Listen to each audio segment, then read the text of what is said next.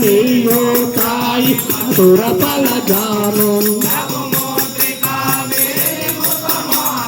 जल दिलांगी गए अचर जनाशक काओ करुणा आपन तेज समारो आप त्रिनोलो कहते कावे होतावे अमित जीवन फल पावे పాల్గొంటున్నామంటున్నానంటే యదా యదా హి ధర్మస్య గ్లానిర్భవతి భారత అభ్యుత్థానమ ధర్మస్య తదాత్మానం సృజామ్యహం అన్నాడు కదా శ్రీకృష్ణ పరమాత్మ.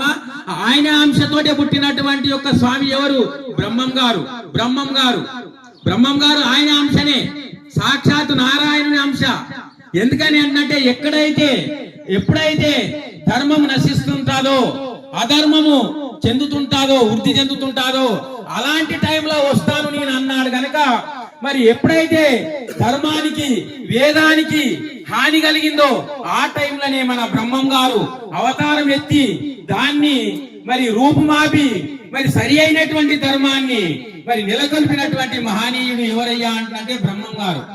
మన యొక్క నడి నుడి భావన ఇట్లా ఉండాలి అని చెప్పి